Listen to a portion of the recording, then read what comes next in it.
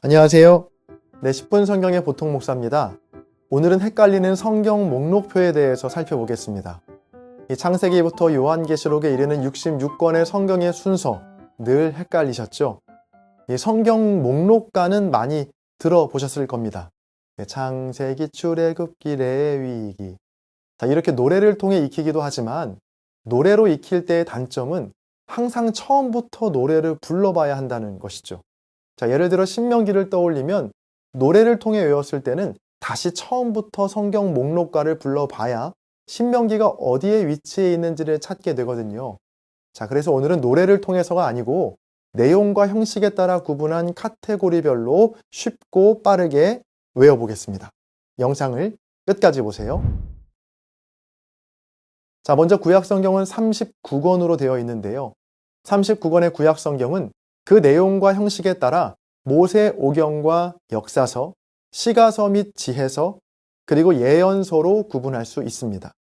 자, 먼저 모세오경은 창세기, 출애굽기, 레위기, 민수기, 신명기 이렇게 5권의 성경을 말합니다.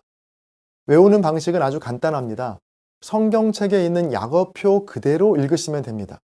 창세기의 창, 출애굽기의 출, 레위기의 레, 민수기의 민, 신명기의 신. 자, 이어서 말하면 창출, 레, 민, 신. 같이 따라해 보시죠. 창출, 레, 민, 신. 이 5권의 책이 바로 모세의 오경입니다. 다음으로 역사서는 여호수아, 사사기, 룻기, 사무엘 상하, 열왕기 상하, 역대 상하, 에스라, 느헤미야, 에스더 이렇게 12권의 성경을 말합니다. 자, 조금 길지만 역시 약어표를 통해 외우시면 되는데요. 여호수아의 수, 사사기의 삿, 룻기의 룻, 사무엘 상하의 삼상하, 열왕기 상하의 왕상하, 역대 상하의 대상하, 에스라의 스, 느헤미야의 느, 에스더의 에. 자, 이어서 말하면 수산룻, 삼상하, 왕상하, 대상하, 스느에입니다. 자, 제가 3권씩 구분해서 읽었는데요. 저는 이렇게 외우는 게 편하더라고요. 수산룻, 삼상하, 왕상하, 대상하, 스느에. 다시 따라해 보실까요? 수산룻, 삼상하, 왕상하, 대상하, 스느에. 자, 그럼 모세오경부터 역사서까지를 합쳐서 외워보면 이렇습니다. 창출, 레민신, 수산룻, 삼상하, 왕상하, 대상하, 스느에. 자, 따라해 보시죠. 창출, 레민신, 수산룻, 삼상하, 왕상하, 대상하, 스느에. 네, 정말 잘하셨습니다. 자, 그러면 이어서 시가서 및 지혜서는 욥기, 시편, 잠언, 전도서, 아가 이렇게 5권의 성경을 말합니다.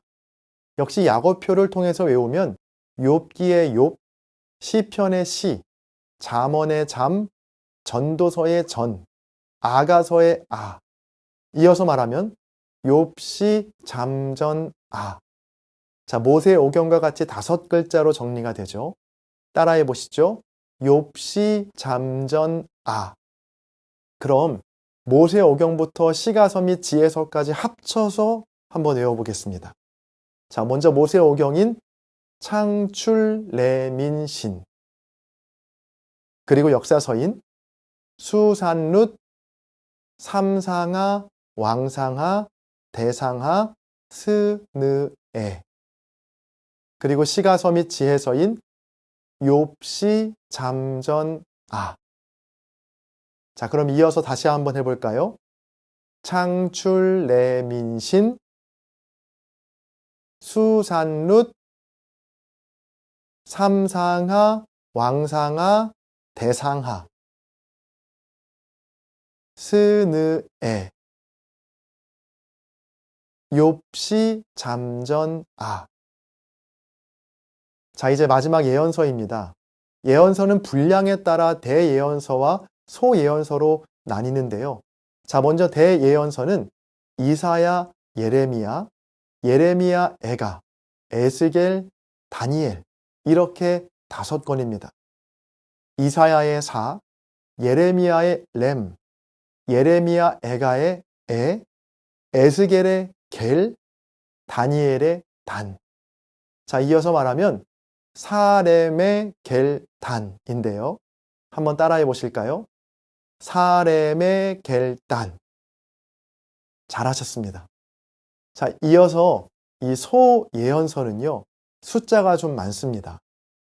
호세아, 요엘, 아모스, 오바댜, 요나, 미가, 나훔, 하박국, 스바냐, 학개, 스가랴, 말라기 이렇게 총 12권입니다.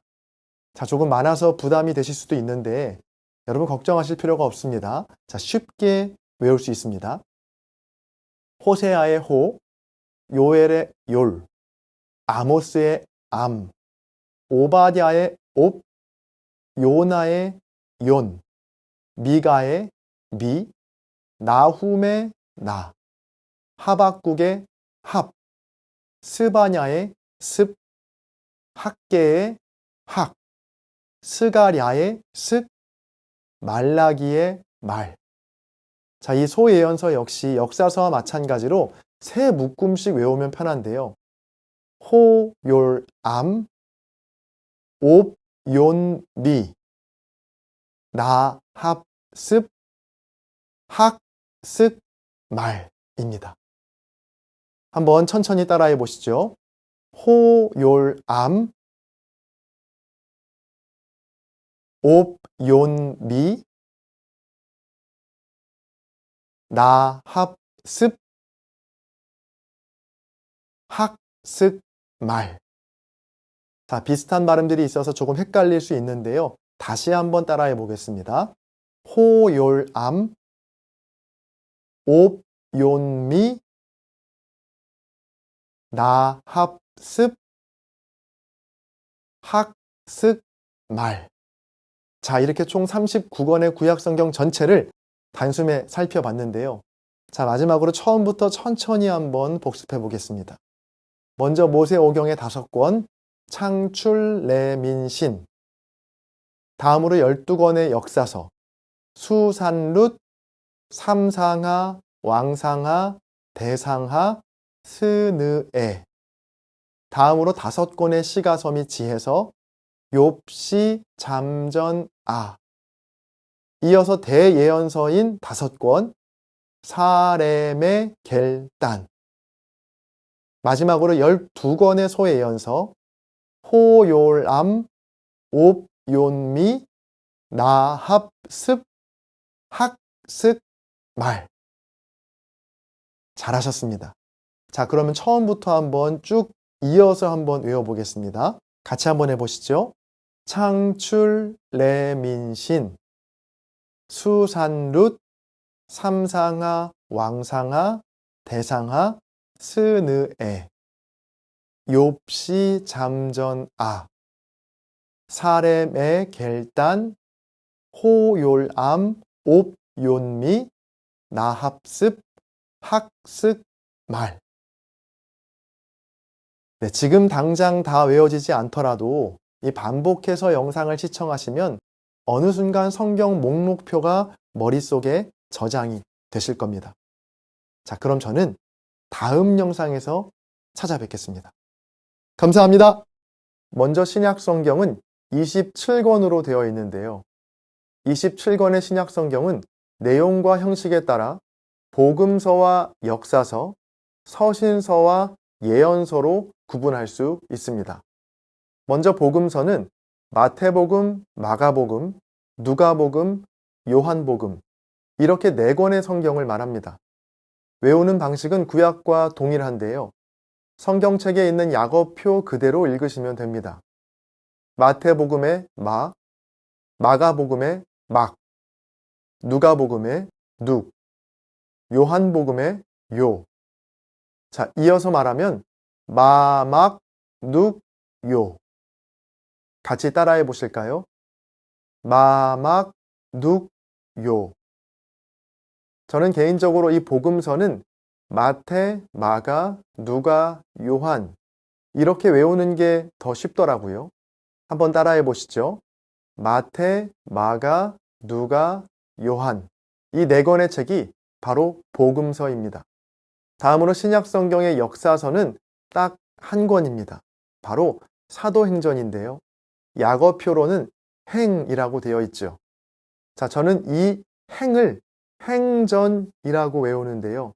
이 복음서와 역사서를 합쳐서 외워보면 이렇습니다. 마태, 마가, 누가, 요한, 그리고 행전. 따라해 보실까요? 마태, 마가, 누가, 요한, 행전. 잘하셨습니다. 이어서 서신서입니다. 이 서신서는 사도 바울이 쓴 것으로 알려진 13권의 바울 서신과 바울 외의 사도들이 여러 교회나 성도들에게 쓴 편지로 알려진 8권의 공동서신으로 나뉩니다. 자, 먼저 13권의 바울 서신은 로마서, 고린도 전후서, 갈라디아서, 에베소서, 빌립보서, 골로새서, 데살로니가 전후서, 디모데 전후서, 디도서, 빌레몬서 이상 13권입니다. 이 약어표로 보면 이렇습니다.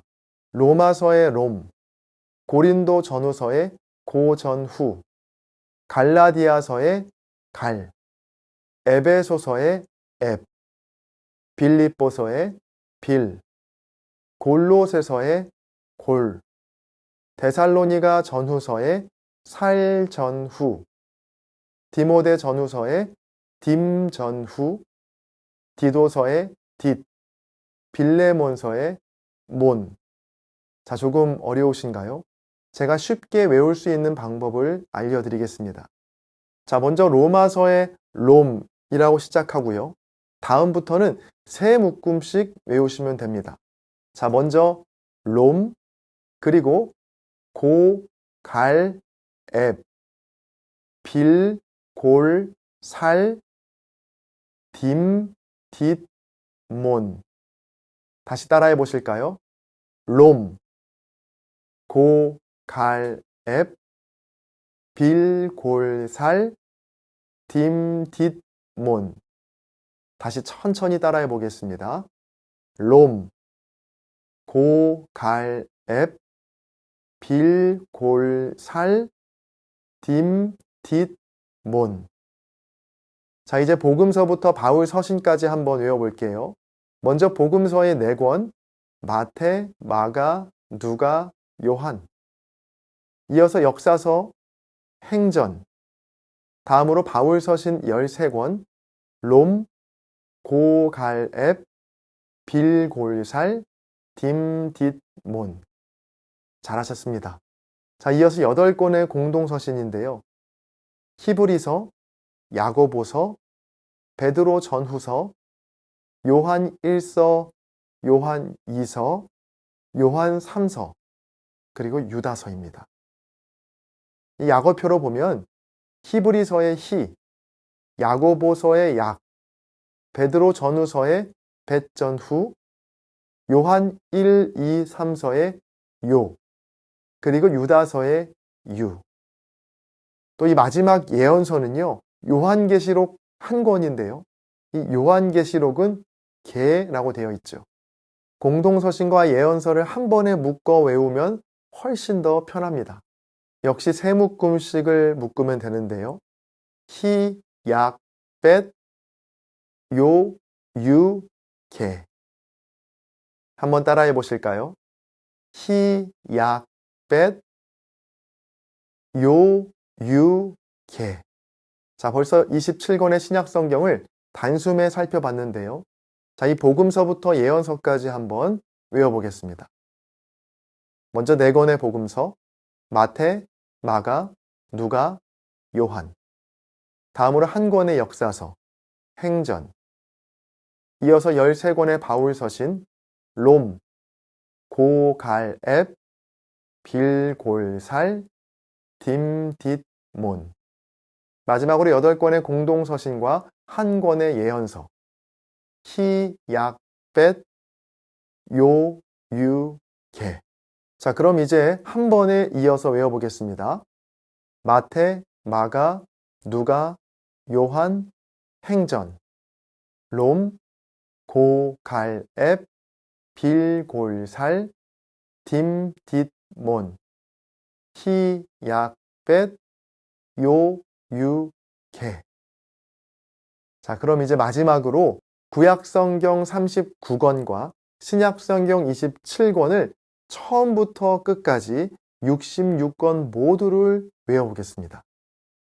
창출, 레민신, 수산룻, 삼상하, 왕상하, 대상하, 스느에, 욥시, 잠전하, 사렘의 겔단, 호욜암, 옵욘미, 나합습, 학승말.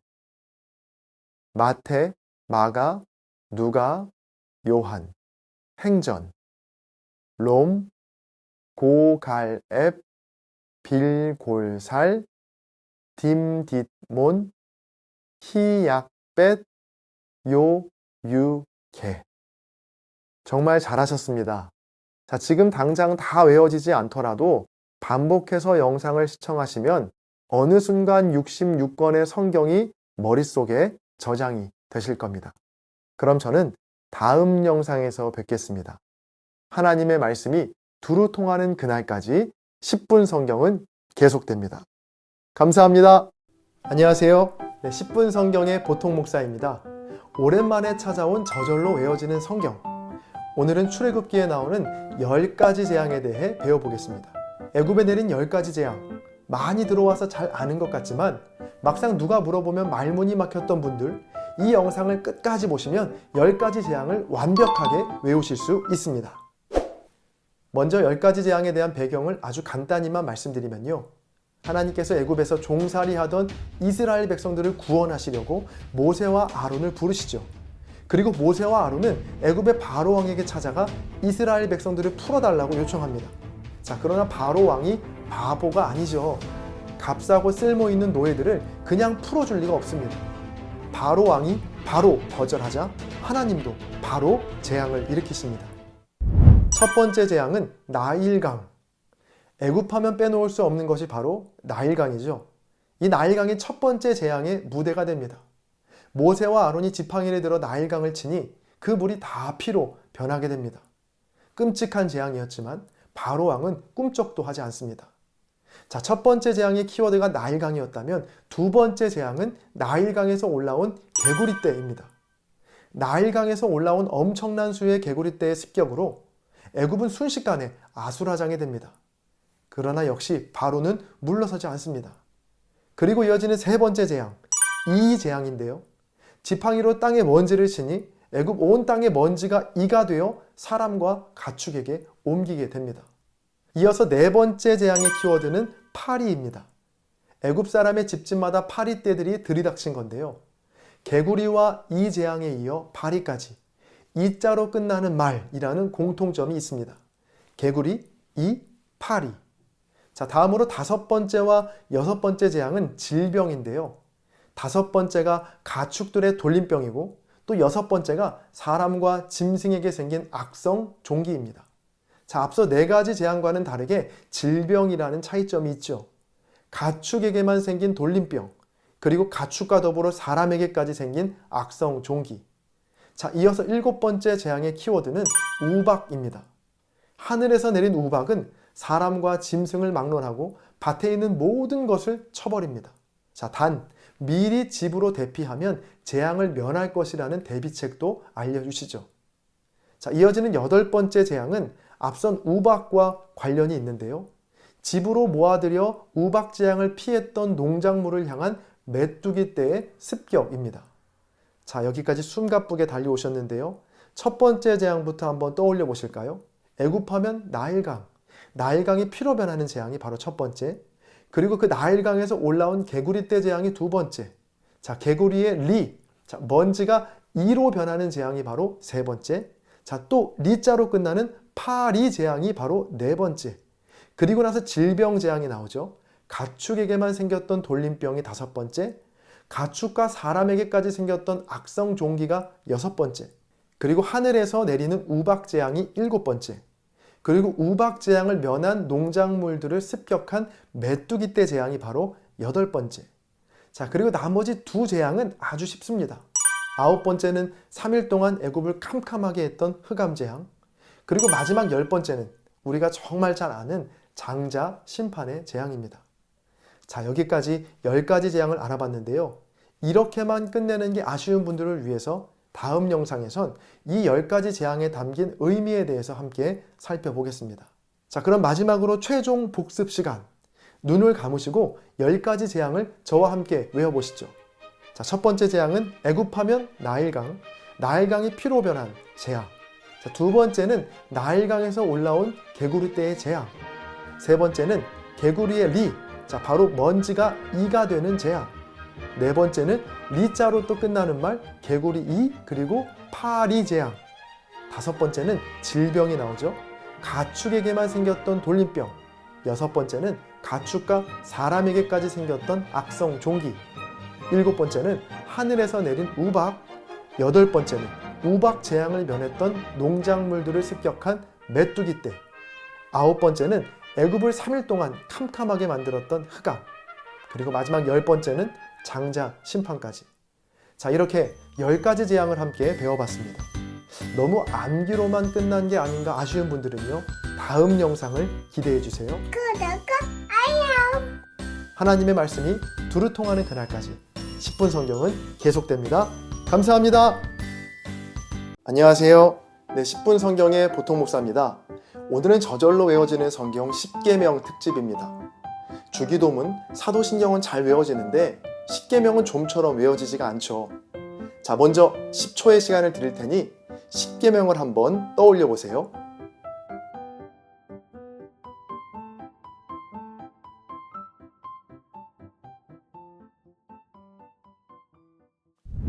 (10초) 동안 10계명을 순서대로 완벽하게 떠올리셨다면 이 영상을 보지 않으셔도 됩니다. 자, 그러나 조금이라도 헷갈리셨다면 이 영상을 끝까지 보세요. 오늘 영상을 끝까지 보시면 아무리 외워도 헷갈렸던 10계명을 완벽하게 외우게 되실 겁니다. 그리고 오늘날 이 시대에도 10계명이 여전히 우리에게 중요한 이유에 대해서도 나누겠습니다. 10계명은 이렇습니다. 1. 다른 신들을 내게 두지 말라. 2. 너를 위하여 새긴 우상을 만들지 말라. 3. 여호와의 이름을 망령되게 부르지 말라. 4. 안식일을 기억하여 거룩하게 지키라. 5. 내 부모를 공경하라. 6. 살인하지 말라. 7. 간음하지 말라. 8. 도둑질하지 말라. 9. 내 이웃에 대하여 거짓 증거하지 말라. 10. 내 이웃의 소유를 탐내지 말라. 이 10가지의 계명은 크게 두 가지로 나눌 수 있죠. 1부터 4계명까지가 하나님 사랑에 대한 계명이고 5부터 10번째 계명까지가 이웃사랑에 대한 계명이죠. 10계명을 외우는 방식은 여러 가지가 있지만 저는 이렇게 외웁니다. 신우이안, 부살간도, 이거, 이탐. 사자성어 같기도 하고 이게 무슨 10계명인가 싶지만 속는 셈 치고 한번 저를 따라해 보세요. 신우이안, 부살간도, 이거, 이탐. 이 방법은 이미 초등부 아이들을 상대로도 검증이 되었는데요. 초등학교 1학년생도 이 방법으로 10계명을 완벽하게 외웠습니다. 자, 그럼 하나하나 살펴볼까요? 먼저 신은 다른 신들을 내게 두지 말라. 그리고 우는 우상의 우자인데요. 너를 위하여 새긴 우상을 만들지 말라. 이는 이름의 이자입니다. 여호와의 이름을 망령되게 부르지 말라. 안은 안식일의 안으로 안식일을 거룩하게 지키라. 여기까지가 하나님 사랑에 대한 4가지 계명입니다. 신우이안. 신, 우상의 우, 이름의 이, 안식일의 안. 이제 이웃사랑에 대한 계명으로 넘어가겠습니다. 먼저 부는 부모의 부자로 내 부모를 공경하라. 살은 살인의 살자로 살인하지 말라. 간은 간음의 간자로 간음하지 말라. 도는 도둑질의 도자로 도둑질하지 말라. 이거는 이웃과 거짓말의 이거로 내 이웃에 대하여 거짓말하지 말라. 마지막 이탐은 이웃과 탐내다의 이탐으로 내 이웃의 소유를 탐내지 말라입니다. 저를 따라해 보세요. 부살간도 이거 이탐. 자, 이제 첫 번째 계명부터 다시 따라해 볼까요? 신우이안, 부살간도, 이거 이탐. 자, 이제 여러분이 먼저 한번 해보세요. 신은 뭐였죠? 다른 신들을 내게 두지 말라. 우는 너를 위하여 새긴 우상을 만들지 말라. 이는 여호와의 이름을 망령되게 부르지 말라. 안은 안식일을 거룩하게 지키라. 부는 내 부모를 공경하라. 살은 살인하지 말라. 간은 간음의 간자로 간음하지 말라. 도는 도둑질하지 말라. 이거 내 이웃에 대하여 거짓 증거하지 말라. 이탐 내 이웃의 소유를 탐내지 말라. 신우이안, 부살간도, 이거 이탐. 여러분 어떠세요? 아마 3일만 반복해서 이 영상을 보시면 더 이상 헷갈리지 않고 완벽하게 10계명을 외우실 수 있을 겁니다. 아니 목사님, 이렇게 10계명을 외우는 게 무슨 의미가 있습니까? 수천 년 전에 쓰인 이 10계명이 오늘 나와 무슨 관련이 있나요? 라고 생각하시는 분들 있으실 텐데요. 마지막으로 10계명이 오늘 우리에게 중요한 이유 2가지를 함께 나누겠습니다. 첫 번째로 10계명을 주신 배경입니다. 출애굽기 20장 1절과 2절입니다. 하나님이 이 모든 말씀으로 말씀하여 이르시되 나는 너를 애굽 땅 종되었던 집에서 인도하여 낸 내 하나님 여호와니라. 아멘. 10계명은 하나님께서 모세를 통해 언약 백성인 이스라엘에게 주신 계명이죠. 이 10계명이 오늘 우리에게도 은혜가 되는 이유는 하나님께서 10계명을 주신 타이밍 때문인데요. 하나님께서 10계명을 주신 때는 출애굽 전이 아니라 출애굽 이후입니다. 출애굽기 20장 2절에서도 나는 너를 애굽 땅 종되었던 집에서 인도하여 낼 하나님이 아닌 이미 인도하여 낸 내 하나님 여호와라고 하시죠. 너희들이 이 계명을 지키면 내가 너희들을 구해주겠다가 아니라 아무 조건 없이 먼저 구해주시고 계명을 말씀하신 겁니다. 자, 그러니까 구원이 먼저이고 계명이 나중이 되는 것이죠. 그래서 우리에게 계명이 주어졌다는 건 구원을 위해 내가 지켜야 할 것이 더 많아졌다는 뜻이 아닙니다. 도리어 그 반대죠. 우리에게 계명이 주어진 건 이미 하나님께서 우리를 구원해 주셨다라는 증거가 될 수 있습니다. 자, 구원이 먼저였다. 이것이 10계명을 주신 배경에서 찾을 수 있는 하나님의 사랑과 은혜입니다. 두 번째로 10계명의 내용인데요. 오늘날 현대인들이 보기에 10계명의 계명들은 정말 가벼워 보이기도 합니다. 다 내가 지키고 있는 것들인데 라고 생각할 수 있죠. 아까 10계명은 크게 두 부분으로 나눌 수 있다고 했죠. 1계명에서 4계명까지가 하나님 사랑, 5계명부터 10계명까지가 이웃사랑에 대한 계명입니다. 자, 그래서 이 10계명을 한 문장으로 정리하자면 하나님과 이웃사랑에 대한 계명이라고 할 수 있죠. 자, 여기에 현대인들이 가장 중요하게 여기는 사랑 하나가 빠져 있는데 혹시 눈치채셨나요? 바로 자기 사랑입니다.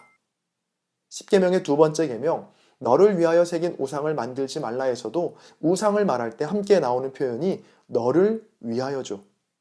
우상의 속성이 바로 자기 사랑이 있음을 정확하게 말해주고 있습니다. 십계명이 오늘날에도 우리에게 중요한 이유는요, 자기 사랑에서 돌이키라고 촉구하고 있기 때문입니다. 끊임없이 우리 안에 샘솟는 자기 사랑의 길에서 돌이켜 하나님과 이웃을 사랑하는 삶으로 향하는 것, 이것이 바로 십계명이 말하는 구원받은 자의 삶의 모습입니다. 오늘의 영상이 여러분의 신앙생활에 도움이 되셨다면 구독과 좋아요 그리고 공유로 10분 성경을 응원해 주세요. 하나님의 말씀이 두루 통하는 그날까지 10분 성경은 계속됩니다. 감사합니다.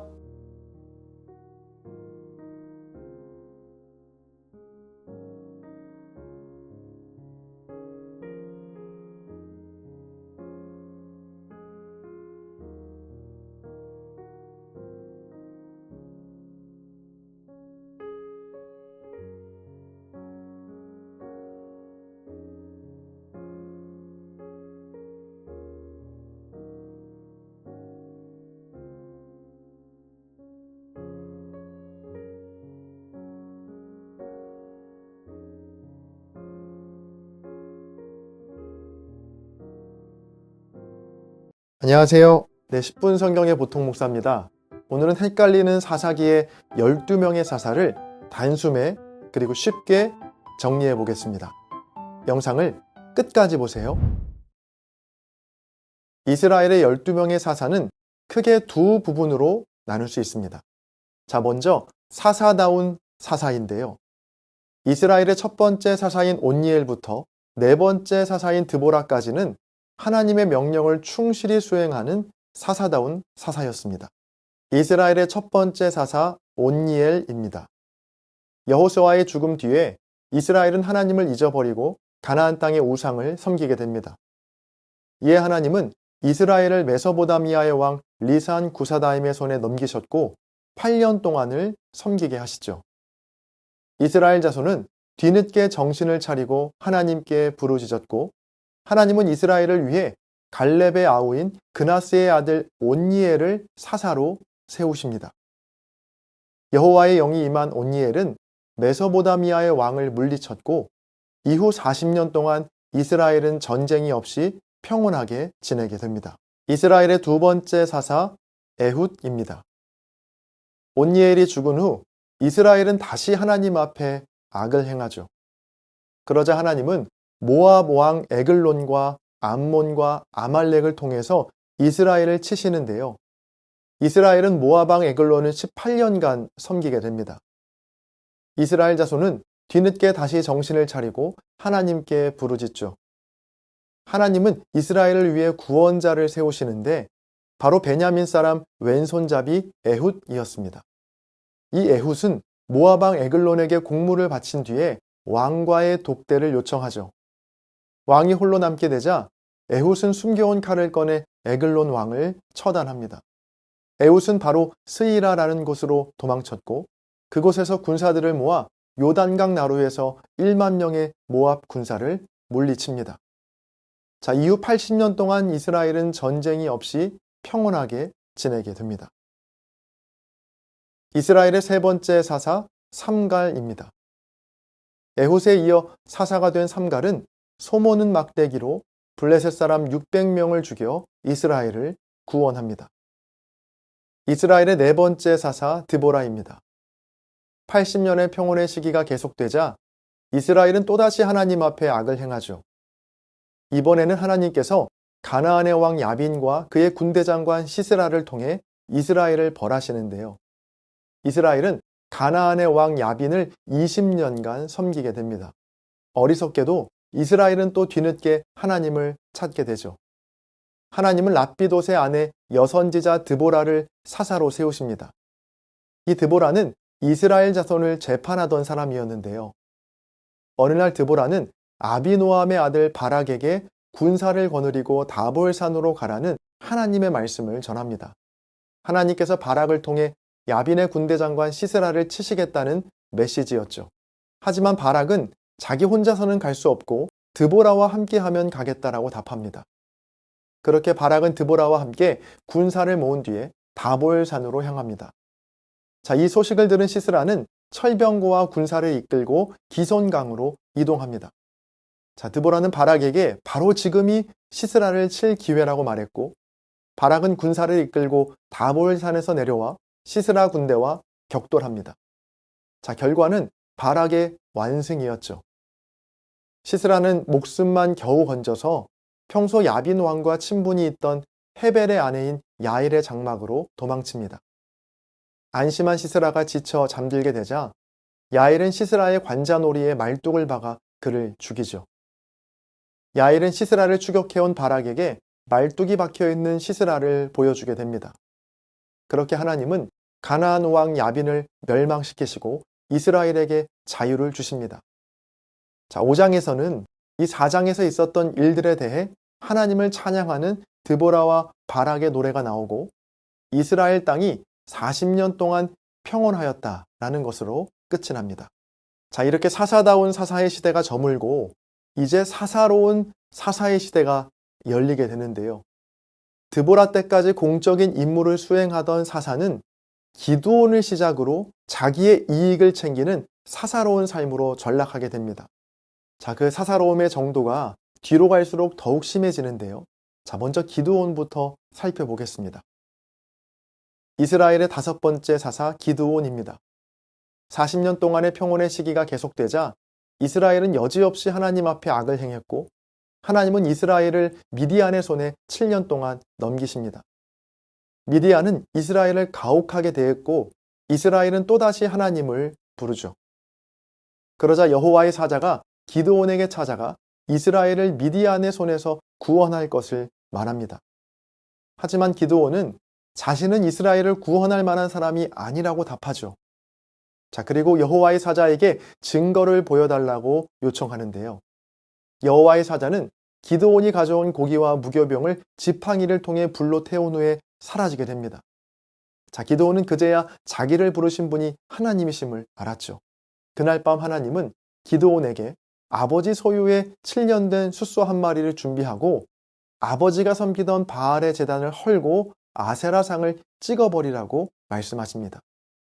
그리고 성의 가장 높은 곳에 제단을 쌓아 7년 된 숫소를 아세라 우상을 찍어서 나온 나무로 태워 번제로 드리라고 하시죠. 기드온은 10명의 종과 함께 밤에 하나님의 명령을 수행합니다.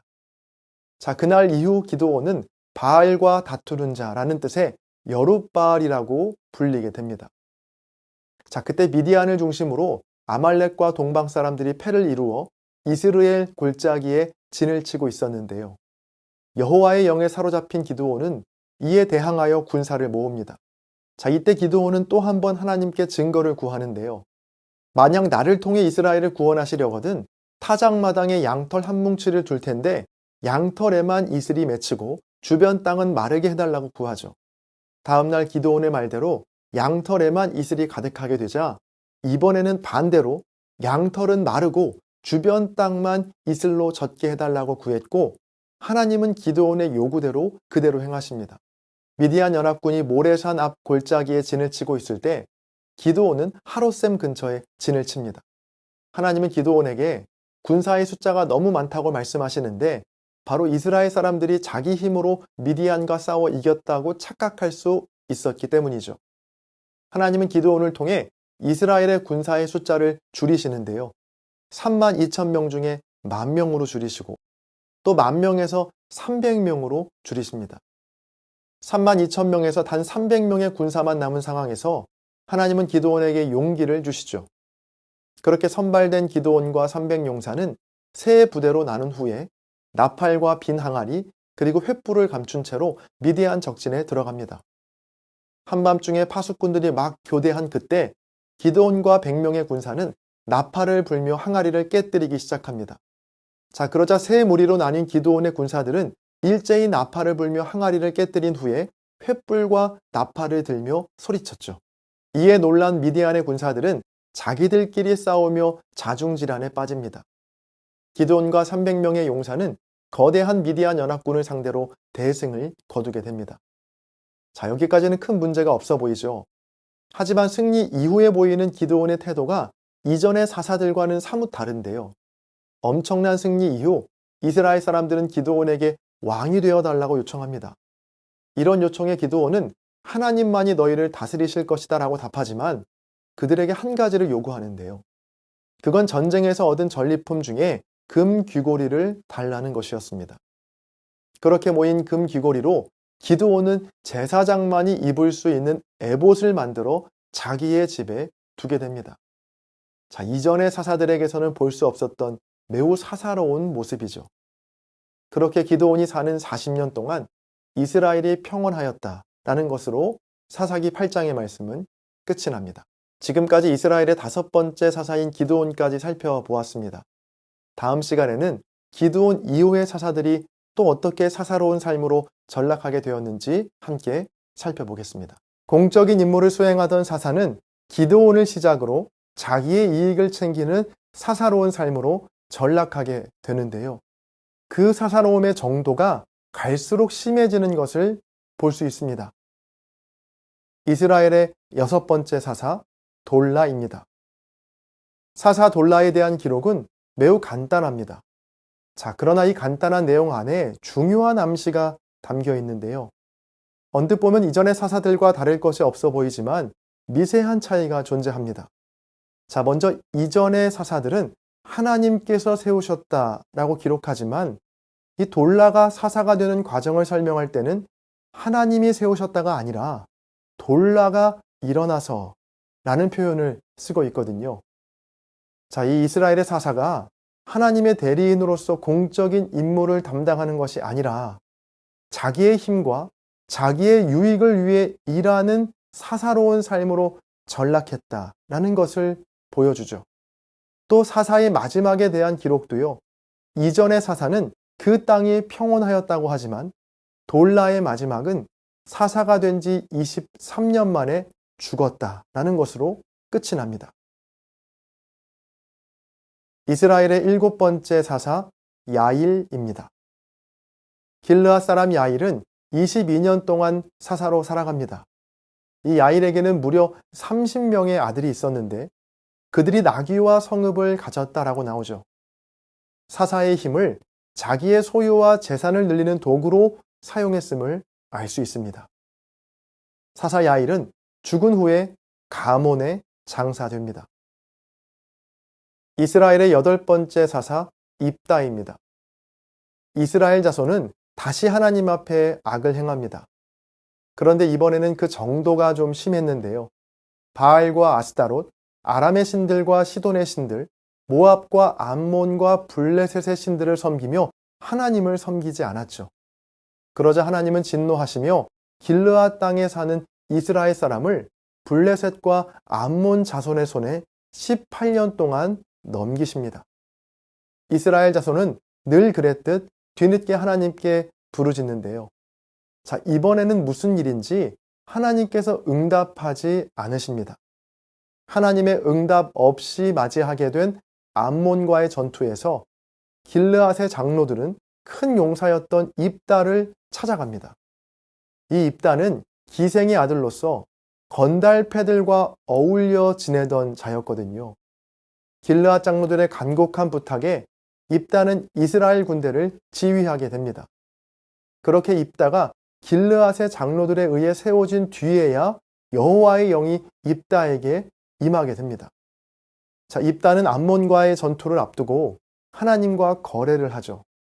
하나님께서 암몬 자손을 자기 손에 넘겨주시면 전투를 마치고 돌아오는 길에 자기 집 문에서 가장 먼저 나와 영접하는 그 사람을 번제물로 드리겠다는 아주 끔찍한 서원이었습니다. 입다는 전투에서 승리하게 되고 그가 자기 집에 이를 때에 가장 먼저 나와 영접한 사람은 다름 아닌 자기의 딸이었습니다. 잘못된 서원은 취소할 수 있었지만 입다는 자존심 때문인지 아니면 무지 때문인지 그 서원을 취소하지 않습니다. 그렇게 입다의 딸은 어이없는 죽음을 맞이하게 되죠. 사사로운 그의 행적은 계속됩니다. 동족인 에브라임과의 갈등 상황에서 에브라임 사람을 무려 4만 2천 명이나 죽이는 끔찍한 일을 저지릅니다. 입다는 6년간 사사로 있었고 죽어서 길르앗에 있는 성읍에 장사됩니다. 이스라엘의 9번째 사사 입산입니다. 입다를 이어 사사가 된 입산은 30명의 아들과 30명의 딸이 있었는데 모두 밖의 사람과 결혼을 시켜 결혼 동맹으로 자기의 세를 넓혀갔죠. 입사는 7년간 사사로 이스라엘을 다스린 후에 베들레헴에 장사됩니다. 이스라엘의 10번째 사사 엘론입니다. 엘론은 10년간 사사로 이스라엘을 다스렸는데 그가 묻힌 곳을 스불론 땅의 아얄론이라고 기록합니다. 이 아얄론은 사사 엘론의 이름과 히브리어 자음이 같은데요. 성읍의 이름을 자기의 이름으로 따서 지었다는 것을 의심해 볼 수 있습니다. 자, 역시 기드온 이후의 사사들이 얼마나 사사로워졌는가를 알 수 있게 하는 대목이죠. 이스라엘의 11번째 사사 압돈입니다. 압돈도 역시 많은 자녀와 많은 재산을 가졌는데요. 40명의 아들과 30명의 손자들이 전부 어린 나귀를 소유할 정도의 부를 누렸습니다. 압돈은 8년간 사사로서 이스라엘을 다스린 후에 비라돈에 장사됩니다. 이스라엘의 마지막 12번째 사사 삼손입니다. 이스라엘 자손은 하나님 앞에 또다시 악을 행했고 하나님은 이스라엘을 블레셋 사람의 손에 40년 동안 넘기십니다. 자, 이 삼손은 태어날 때부터 하나님께 바쳐진 나실인이었는데요. 나실인인 삼손이 지켜야 할 규례는 총 3가지였습니다. 첫째, 포도나무의 소산을 멀리해야 하고, 둘째, 머리에 삭도를 대지 말아야 하고, 마지막 셋째로 시체를 가까이에서는 안 됐습니다. 하지만 놀랍게도 삼손은 이 모든 규례를 다 어기며 살았는데요. 공적인 임무를 위해 하나님께서 부어주신 힘을 오로지 자기만을 위해서 사용했습니다. 먼저 삼손은 블레셋의 한 여인과 결혼하기 위해 아버지와 어머니와 함께 딥나로 내려가던 중에 젊은 사자를 만나게 됩니다. 삼손은 손쉽게 사자를 제압했고 시간이 흐른 뒤에 삼손은 자기가 죽인 사자의 시체에 있는 꿀을 떠서 자기도 먹고 부모에게도 가져다 주죠. 자, 죽은 시체를 가까이에서는 안 된다는 나실인의 규정을 어긴 것입니다. 또 삼손은 순전히 개인적인 원한을 갚기 위해 여우 300마리로 블레셋의 곡식밭을 불태웠는데요. 화가 난 블레셋 사람들이 삼손에게로 몰려왔고 삼손은 엄청난 힘으로 블레셋 사람들을 쳐 죽입니다. 삼손으로 인해 이스라엘과 블레셋과의 관계가 나빠지자 유다 사람들은 숨어있던 삼손을 찾아 블레셋에게 삼손을 넘겨줍니다. 레히라는 곳에 도착한 삼손은 그곳에서 나귀의 턱뼈로 블레셋 군사 1000명을 죽이는 놀라운 괴력을 보여줍니다. 자, 이렇게 삼손이 힘을 쓰는 사건들에는 공통점이 있습니다. 다 싸움의 이유가 모두 지극히 개인적인 문제 때문이었다는 겁니다. 사사기 16장에 보면 삼손이 성문의 문짝을 통째로 어깨에 매는 장면이 나오는데요. 이건 역시 블레셋 땅 가사에 있는 기생의 집에 찾아간 것 때문에 벌어진 일이었습니다. 삼손의 생애 어디에도 하나님을 향한 두려움이나 공적인 임무를 수행하는 흔적을 찾아볼 수 없죠. 이런 일관된 태도는 그의 마지막 순간까지 계속되는데요. 들릴라에게 3번이나 속아 위험에 처했지만 자기의 힘이 머리카락에서 나온다는 진실을 말하는 그 장면에서 그가 얼마나 하나님의 말씀을 가볍게 여겼는지를 알 수 있습니다.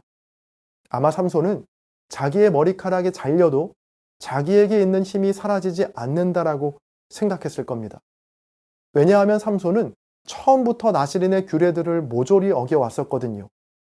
포도원에 거리낌 없이 들어가고 시체를 가까이 하고 블레셋의 청년들과 잔치를 벌여 마음껏 먹고 마셨거든요. 그런데도 삼손의 힘은 사라지지 않았습니다. 그래서 삼손은 들릴라에게 머리카락의 비밀을 말해줄 수 있었던 겁니다. 지금까지 그래왔던 것처럼 나실인의 규례를 어겨도 자기의 힘은 여전히 강할 것이라는 오만함이 있었거든요. 그러나 이번에는 달랐습니다. 머리카락이 잘리자 삼손의 강한 힘은 사라지게 되었고 그는 눈이 뽑혀 가사에 있는 감옥에서 맷돌을 돌리는 인생으로 전락하게 됩니다. 그러다 삼손은 다곤 신전으로 불려와 블레셋 사람들의 조롱거리가 되었는데요. 삼손은 신전의 2 기둥을 붙들고 그 신전을 무너뜨림으로 신전에 있던 수많은 블레셋 사람과 함께 삼손도 죽음을 맞이하게 됩니다. 이 삼손의 마지막인 다곤 신전을 무너뜨린 사건도 순전히 자기의 눈을 뺀 블레셋 사람을 향한 개인적인 원한, 복수가 그 이유였습니다. 그렇게 삼손은 20년 동안 이스라엘의 사사로 있었지만 그가 있는 동안 이스라엘이 평온했다는 기록 없이 12명의 사사의 시대는 이렇게 마무리됩니다. 지금까지 이스라엘의 12명의 사사에 대해서 살펴봤습니다. 공적인 부르심을 받은 사사가 사사로운 삶으로 전락할 때 얼마나 비참해질 수 있는가를 함께 살펴보았는데요.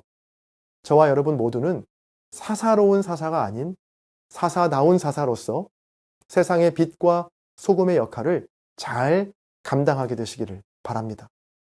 그럼 저는 다음 영상에서 뵙겠습니다. 감사합니다. 안녕하세요. 10분 성경의 보통 목사입니다. 저절로 성경 두 번째 시간입니다. 여러분, 북이스라엘의 왕 하면 누가 떠오르시나요? 혹시 초대 왕이었던 여로보암? 그리고 아합? 자, 이 정도밖에 생각이 나지 않으셨다면 오늘 영상을 끝까지 보세요. 오늘은 어렵기만 한 북이스라엘의 왕들을 쉽게 그리고 단숨에 정리해 보겠습니다. 호기로운 출발. 사울, 다윗, 솔로몬 때까지 하나의 나라였던 이스라엘은 솔로몬 이후 두 개의 나라로 분열이 됩니다. 솔로몬의 아들 르호보암이 다스리는 남유다와 솔로몬의 신하였던 여로보암이 다스리는 북이스라엘로 갈라지게 된 것인데요. 자, 먼저 첫 번째, 여로보암. 여로보암은 북이스라엘의 초대 왕으로 많은 백성들의 지지를 얻었습니다. 12개의 지파 중에 무려 10개의 지파가 솔로몬의 아들인 르호보암이 아닌 여로보암을 지지했으니 그 인기가 대단했겠죠. 여로보암은 그 인기를 잘 유지했습니다. 백성들의 요구를 적극 반영하여 강제 노역과 세금을 경감시켜 주었죠. 자, 이렇게 여로보암은 백성들의 인기는 유지했지만 결정적으로 하나님의 인정을 받지는 못했습니다.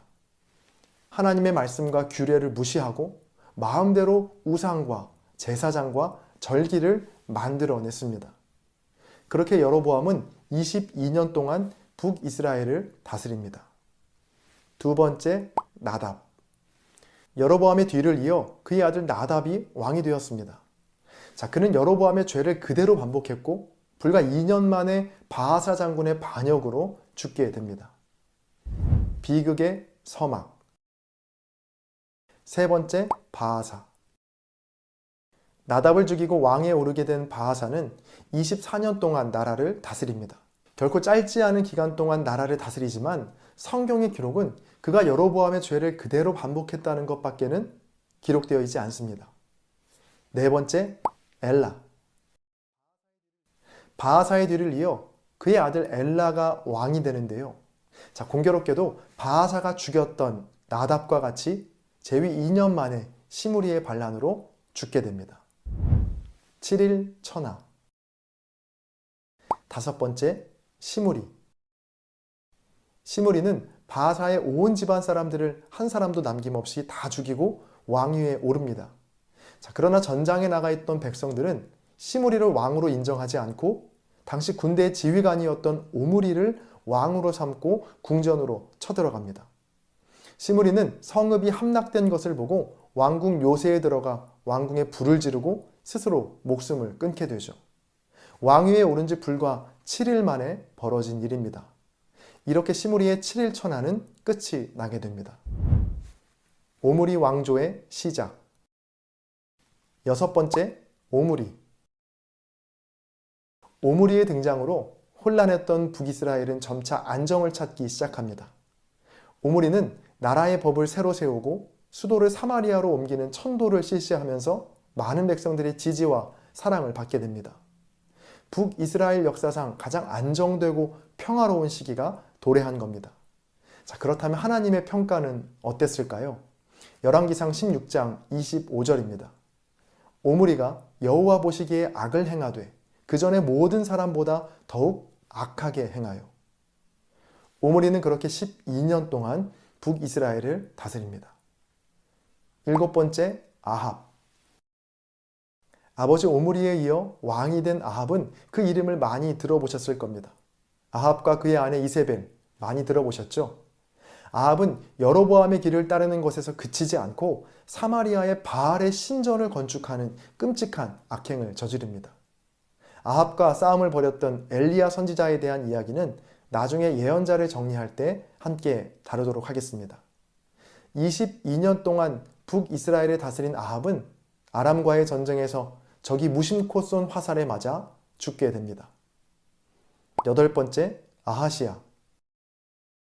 지난 왕조들은 2대를 채 넘지 못했지만 아합의 아들 아하시야가 왕이 되면서 오므리 왕조는 3대째 왕위를 이어갑니다. 아하시야는 다락 난간에서 떨어지는 사고를 당하는데요.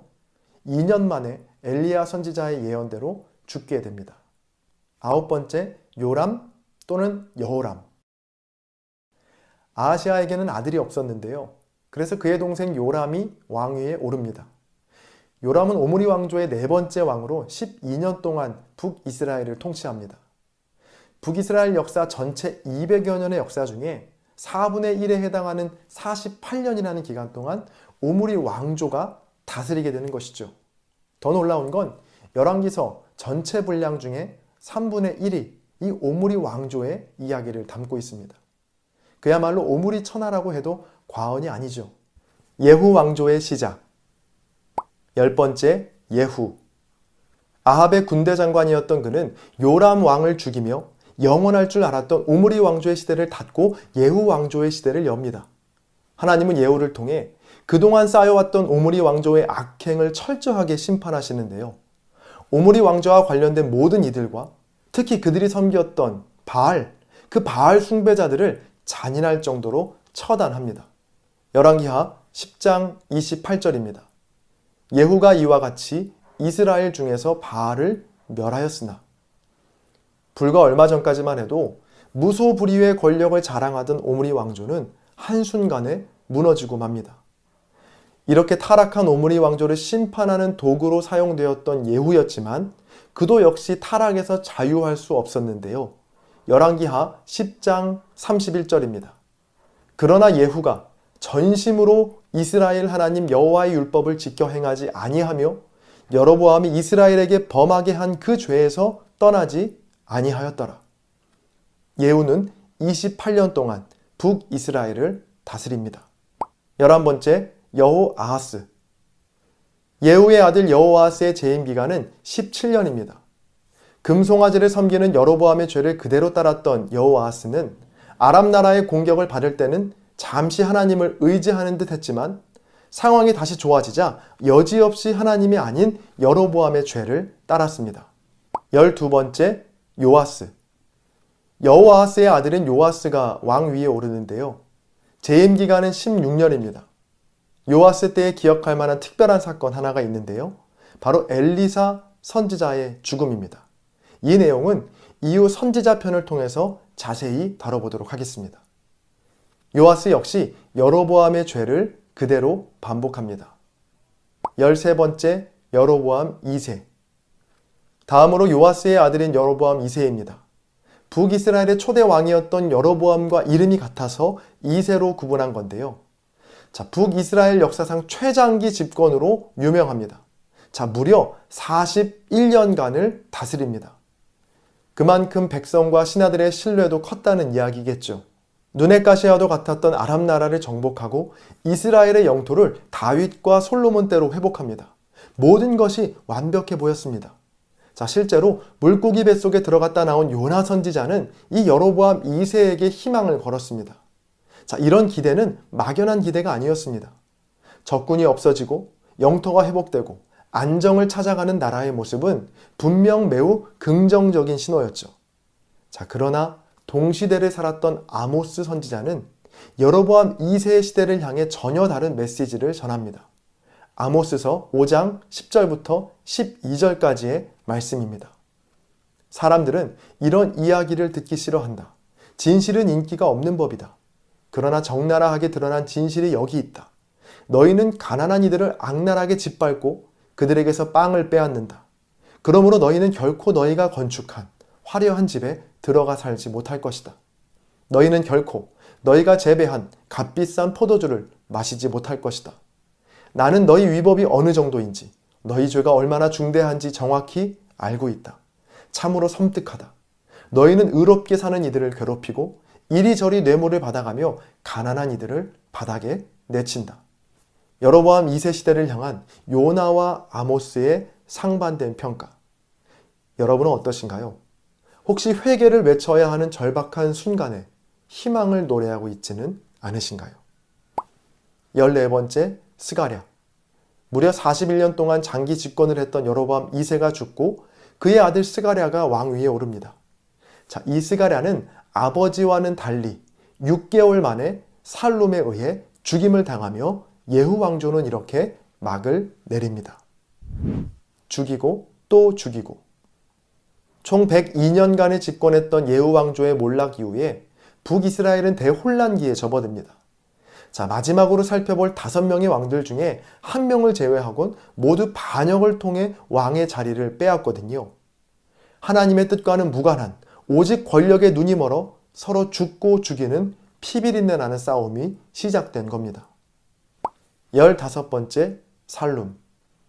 예후의 후손인 스가랴를 죽이고 왕위에 오른 살룸은 7일 처나 시물이 다음으로 짧은 기간, 한 달 동안만 왕으로 있다가 그의 신하 므나헴의 반역으로 죽게 됩니다. 16번째, 므나헴.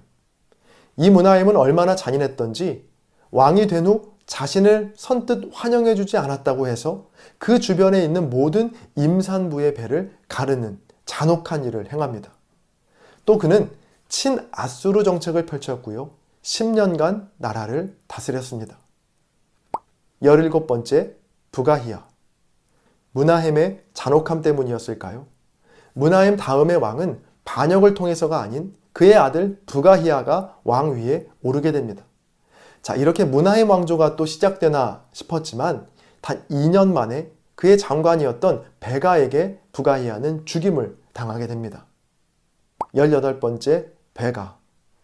베가의 재임 기간은 20년입니다.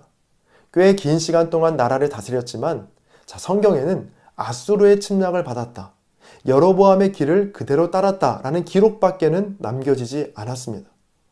자, 긴 인생을 사는 우리에게 하나님께서 우리 인생을 어떻게 평가하실까 한번 생각해 보게 되는 지점이죠. 반역으로 왕위에 올랐던 베가는 역시 반역으로 죽임을 당하게 됩니다. 19번째, 호세야. 드디어 북이스라엘의 마지막 호세야 왕입니다.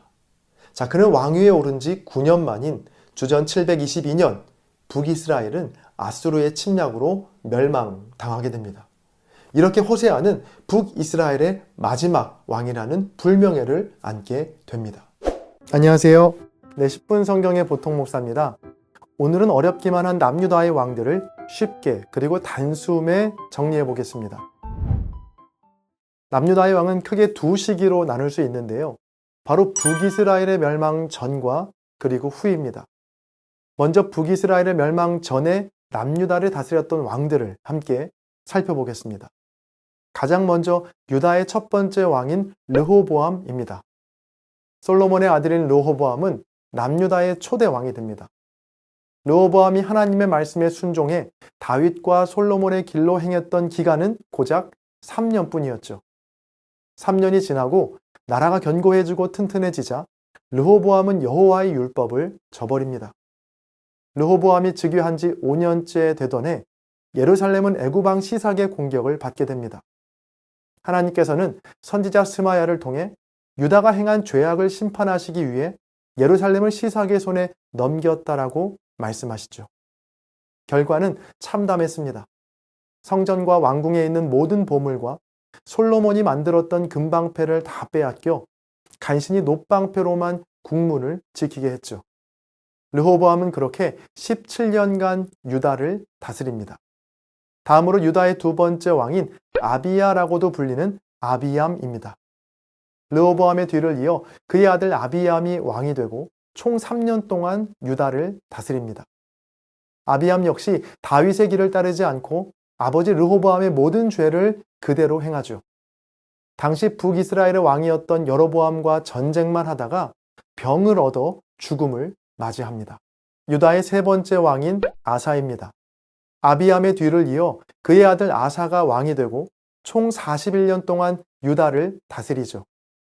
아사는 할아버지와 아버지와는 달리 다윗의 길로 행했고 여러 종교 개혁들을 단행합니다. 먼저 남자 창기들을 밖으로 몰아내고 조상들이 만든 모든 우상을 없애버리죠. 그리고 우상을 섬기던 할머니 마아가도 과감히 쫓아냅니다. 또 오뎃의 아들 아사랴를 통해 하시는 하나님의 말씀에 귀를 기울여 우상 제거와 여호와의 제단 재건하는 일에 박차를 가합니다. 모든 것이 완벽해 보였던 아사였지만 북이스라엘의 바하사와의 전쟁 중 여호와 하나님이 아닌 아람 나라를 의지하는데요. 이를 꾸짖는 예언자 하나니의 말에 몹시 화를 내며 그를 감옥에 가둡니다. 아사 왕은 통치 말년에 발의 병을 얻어 죽음을 맞이합니다. 유다의 네 번째 왕인 여호사밧입니다.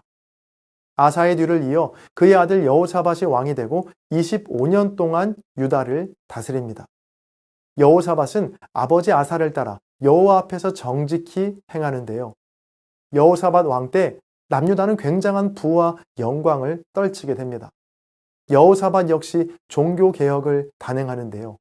아버지 아사 왕의 개혁 후에도 남아있던 남자 창기들을 모두 쫓아내고 재위 3년 차에는 신하들과 제사장 그리고 레위 사람들을 뽑아 여호와의 율법책을 백성들에게 가르치게 합니다. 유다는 점점 강성해져 갔고 북이스라엘의 아합 가문과 혼인함으로 동맹을 맺게 되죠. 하지만 그것이 여호사밧의 발목을 잡게 되었고 하나니의 아들 예언자 예후를 통해 따끔한 질책을 받게 됩니다.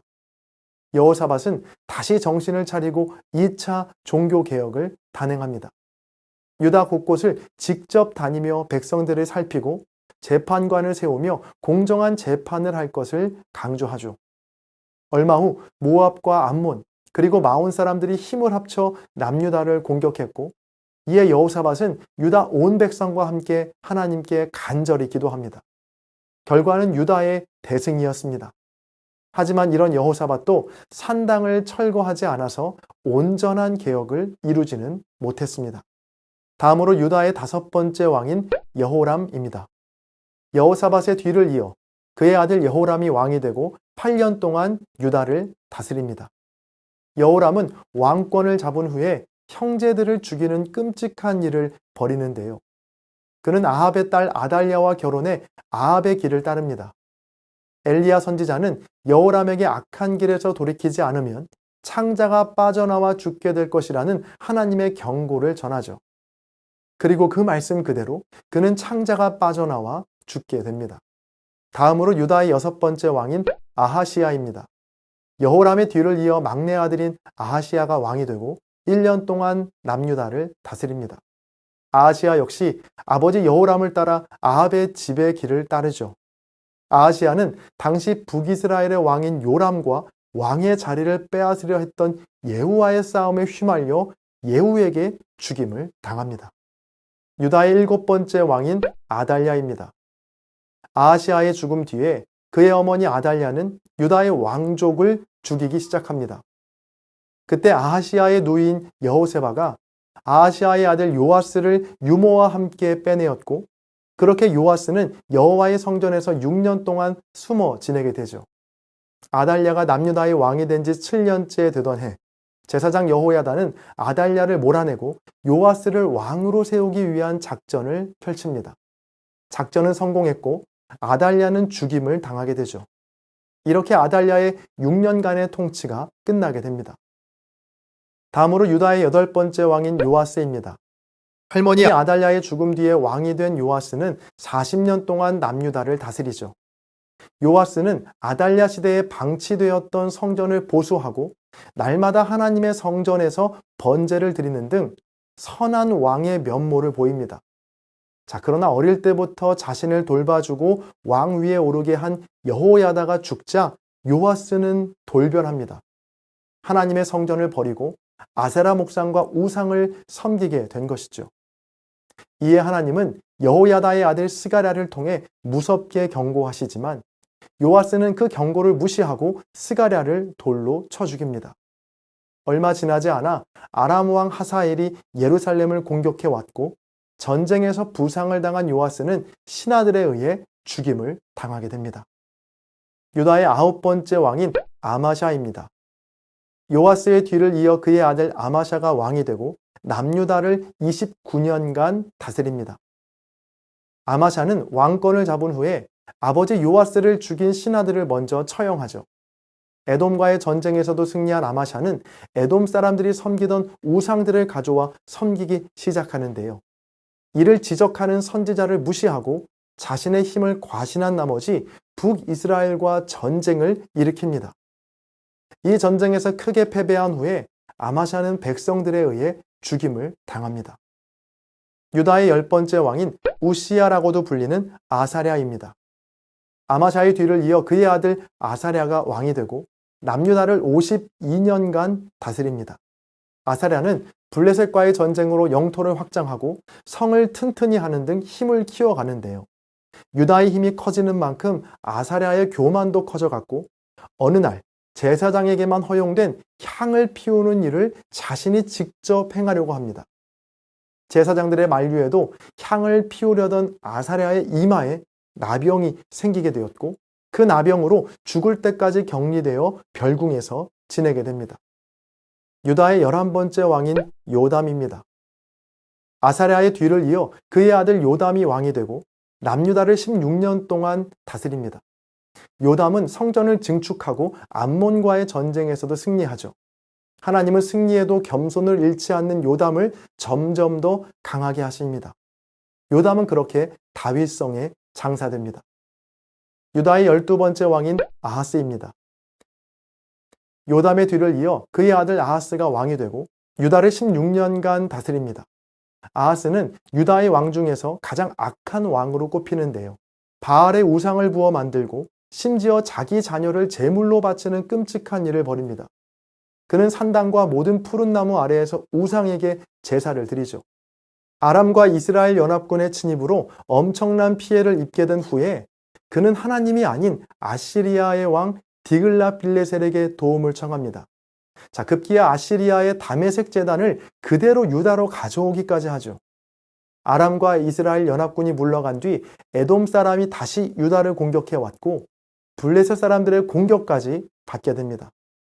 이런 상황 속에서도 아하스 왕은 여전히 하나님이 아닌 아시리아 왕과 다메섹 신들을 더 의지하죠. 끝내 아하스는 성전 안에 있는 기구들을 부수고 성전 문을 닫기까지 합니다. 또 유다 각 성읍에 산당을 세워 하나님의 진노를 사게 됩니다.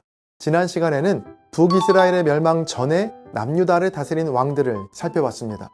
오늘은 북이스라엘의 멸망 후에 남유다를 다스린 왕들을 쉽게 그리고 단숨에 정리해 보겠습니다. 영상을 끝까지 보세요. 유다의 13번째 왕인 히스기야입니다. 아하스의 뒤를 이어 그의 아들 히스기야가 왕이 되고 남유다를 29년간 다스립니다. 히스기야의 아버지 아하스는 유다의 왕 중에서도 가장 악한 왕으로 꼽히는 왕이었죠. 하지만 다행스럽게도 히스기야는 아버지 아하스와는 달랐습니다. 바로 다윗의 길을 따른 건데요. 히스기야는 혼신의 힘을 다해 종교 개혁을 단행합니다.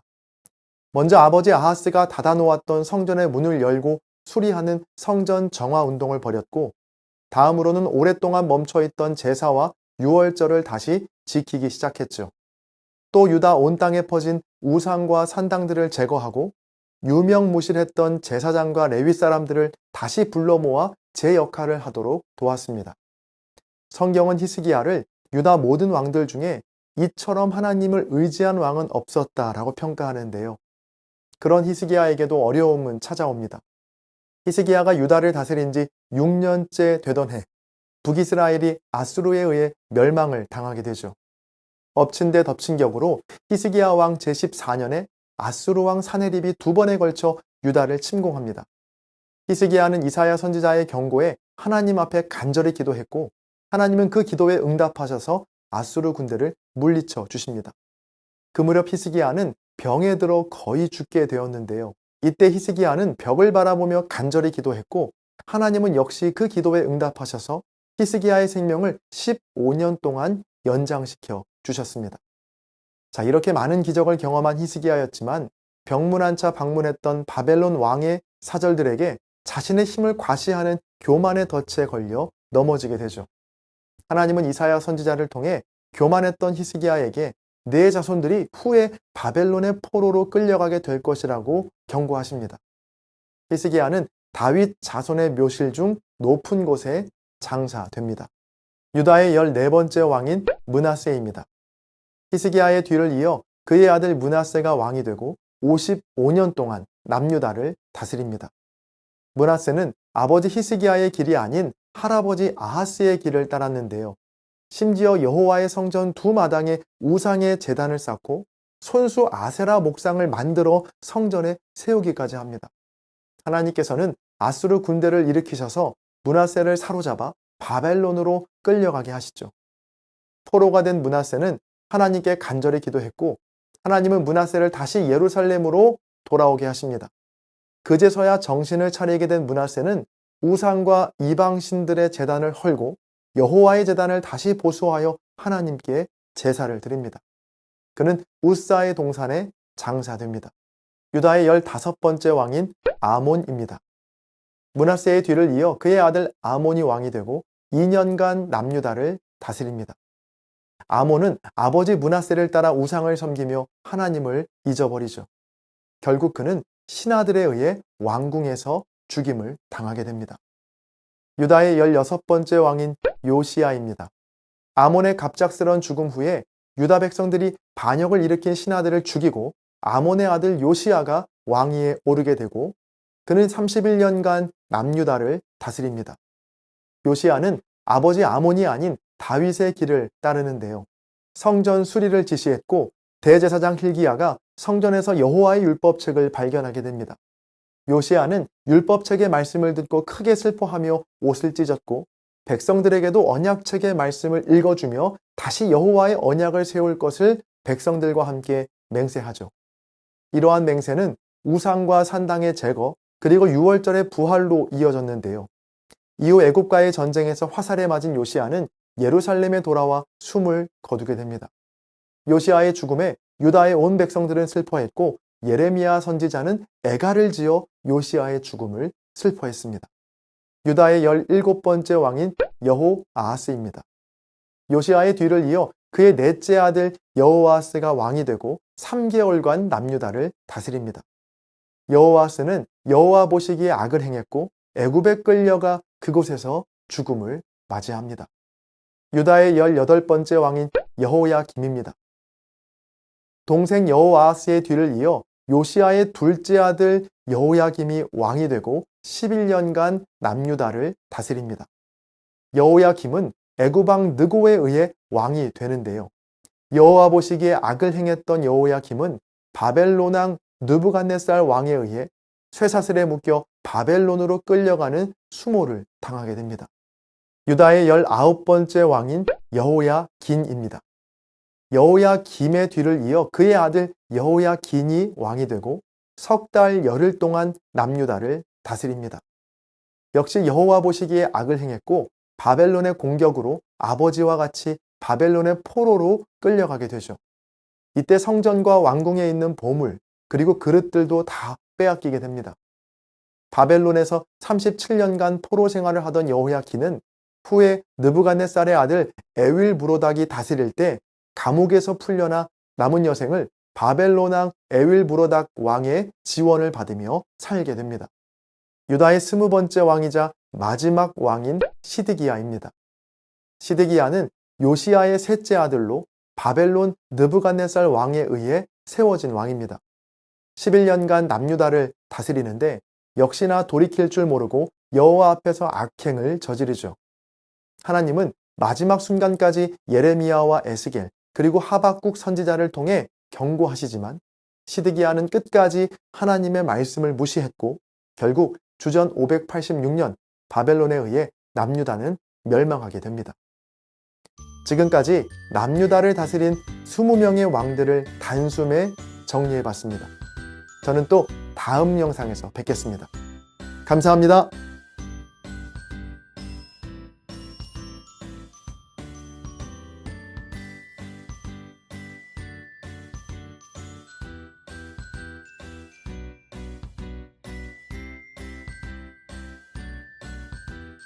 자, 일단 12명을 한꺼번에 외우기보다는 안녕하세요. 10분 성경의 보통 목사입니다.